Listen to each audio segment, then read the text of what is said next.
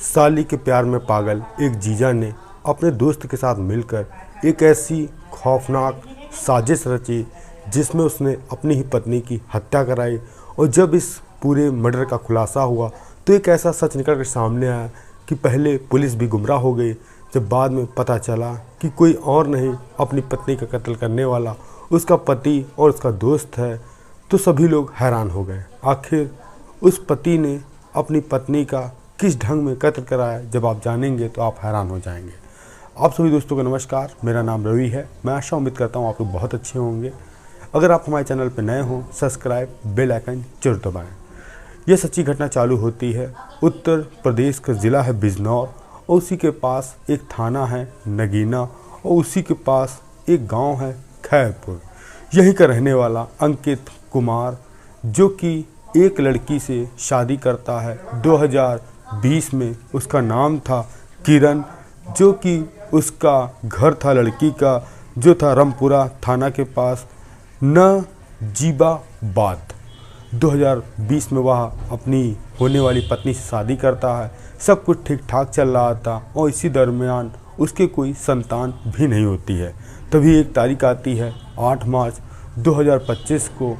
वह युवक अपनी पत्नी को लेकर जाता है ससुराल में, जो कि रामपुरा थाने के पास था, और करीब शाम के 4 बजे वह गाड़ी से अपने ससुराल से लौट रहा था। तभी एक इलाका पड़ता है जो कि रजपुरा मोड़, वहाँ पर एक पेट्रोल टंकी थी।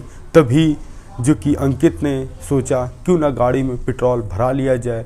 तभी वह अपनी पत्नी से कहता है, सड़क किनारे तुम खड़ी हो जाओ, मैं पीछे से पेट्रोल डलवा कर आ रहा हूँ, और ऐसा लगता है कि गाड़ी में पेट्रोल कम है। अब पत्नी किरण सड़क किनारे खड़ी हो जाती है, और वह पति जैसे ही पेट्रोल डलवाने गया था तभी एक इनोवा कार आती है और उस किरण को टक्कर मार के भाग जाती है। जिसके बाद किरण उसी सड़क पर पड़ी होती है, दर्द से करा रही थी। जब अंकित देखता है कि इसकी पत्नी घायल है, उसका कुछ दिमाग सूझता नहीं, वह करे तो क्या करे। फ़ौरन अपनी पत्नी को एक ऑटो में बैठाल कर जो पास का अस्पताल था वहाँ लेकर जाता है, और जो किरण के घर वालों को कहता है कि किरण का एक्सीडेंट हो गया है और उसको मामूली चोट आई हैं। यह बात जब किरण के घर वाले सुनते हैं, वह भागते हैं, अस्पताल आते हैं और देखते हैं कि उनकी जो बेटी है वह गंभीर रूप से घायल है, और जो उसका दामाद है उसकी एक खरोच तक नहीं आई है। और पूछती है किरण की माँ, बेटा क्या हुआ था? तभी अंकित बताता है कि गाड़ी में पेट्रोल डलवाने के लिए मैं पेट्रोल टंकी पे गया था, और जो मेरी पत्नी किरण थी वह सड़क किनारे खड़ी थी, और तभी एक अज्ञात वाहन आता है और मेरी पत्नी को टक्कर मार देता है। तभी कुछ देर उपचार करने के बाद किरण की मौत हो जाती है, और फिर यह बनता है पुलिस केस। फ़ौरन पुलिस आती है और वो अज्ञात वाहन को कब्जे में लेती है और उस युवक को गिरफ्तार करती है।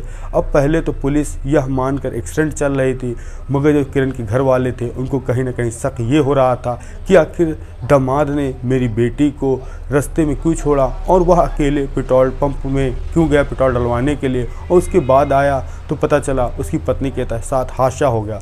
घर वालों ने पुलिस के खिलाफ धरना प्रदर्शन किया, यहाँ की तक कि सीओ ऑफिस का घेराव किया।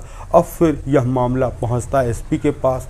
फिर एसपी कहते हैं कि इस मामले की दोबारा निष्पक्ष जांच होनी चाहिए, जो कोई आरोपी है वह सामने आना चाहिए।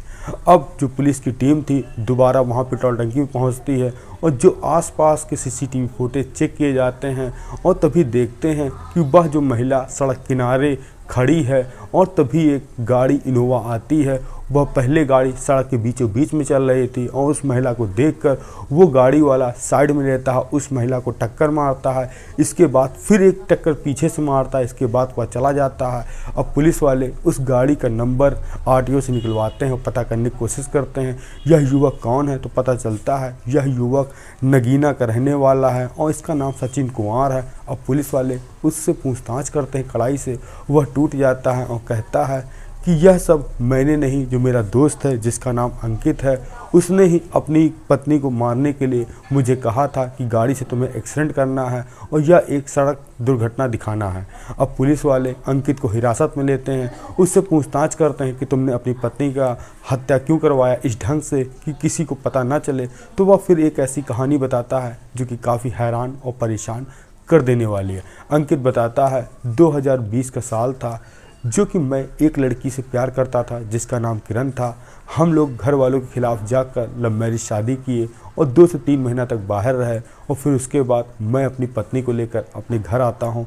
घर वाले भी हम लोगों की शादी के लिए राज़ी हो जाते हैं और तभी मैं अपनी पत्नी को लेकर अपने घर में रहने लगता हूँ।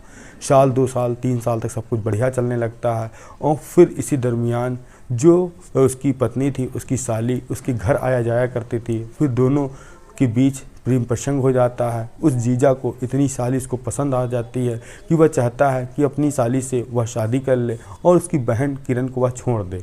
और इधर एक बात ये भी थी कि किरण के कोई भी संतान नहीं थी और फिर जो अंकित था अपनी साली से कहता है क्यों ना तुम मुझसे शादी कर लो। तभी जो उसकी साली कहती है क्योंकि आपने भी दीदी से शादी की है और हम अब ये नहीं कर सकते हैं कि आपसे शादी कर लें तो हमारे घर वाले क्या कहेंगे। तभी जीजा के दिमाग में एक खतरनाक प्लान आता है। वह प्लान यह था क्यों ना अपनी पत्नी की हत्या करवा दी जाए और जिसके बाद वह अपनी साली से शादी कर लेगा। फिर वह अपने दोस्त जो सचिन की सहायता लेता है, जो कि नगीना का रहने वाला था और वह ड्राइवरी का काम करता था और उससे कहता है कि जो मेरी पत्नी है उसकी संतान नहीं हो रही है और ना तो मैं ऐसे उसको तलाक दे सकता हूँ और तुम ही मेरी कुछ सहायता कर सकते हो। तभी सचिन कहता है क्या करना है दोस्त तुम बताओ। तो वह कहता है कि तुम्हें एक्सीडेंट करना पड़ेगा मेरी पत्नी का, जिसके बाद तुम कुछ दिन में छूट जाओगे और मैं इसके बदले में तुमको पैसा दूंगा और मैं जगह डिसाइड मैं तुमको बताऊंगा। तभी एक तारीख आती है 8 मार्च 2025 को। वह सुबह फ़ोन करता है और कहता अपने दोस्त से मैं आज ससुराल जा रहा हूँ अपनी पत्नी को लेकर और शाम को करीब 4 से 5 बजे लौट कर आऊँगा और मैं पेट्रोल पंप पे जाऊँगा पेट्रोल भरवाने के लिए, वहीं अपनी पत्नी को खड़ी कर दूँगा। इसी दरमियान तुम पहले से आ जाना और जब मैं तुमको फ़ोन करूँगा तुम फिर गाड़ी लेकर मेरी पत्नी के ऊपर चढ़ा देना।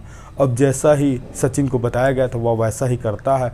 जो अंकित है गाड़ी रोकता है, पेट्रोल पंप से पहले अपनी पत्नी को उतारता है और जैसे ही वह पेट्रोल टंकी पहुंचता है फ़ौरन गाड़ी को लेकर सचिन आता है, उसकी पत्नी पर चढ़ा देता है और फिर पीछे लेकर आता है। जिसके बाद अस्पताल में किरण अपना दम तोड़ देती है और पहले तो वह घर वालों को बताता है कि गाड़ी ने अज्ञात उसके ऊपर चढ़ा दिया है और पहले पुलिस भी मान नहीं थी कि यह एक मामूली एक्सीडेंट हादसा है। यहाँ तक कि पहले गिरफ्तार किया गया आरोपी को छोड़ा गया था, मगर उसके बाद जब किरण के घर वालों ने धरना प्रदर्शन किया फिर उसके बाद यह बात जब एसपी तक पहुंची तो उन्होंने मामले की दोबारा से गहनता से जांच करने के लिए कहा और जो आरोपी उनको पकड़ने के लिए टीम गठित की और पुलिस सफलता प्राप्त करती है।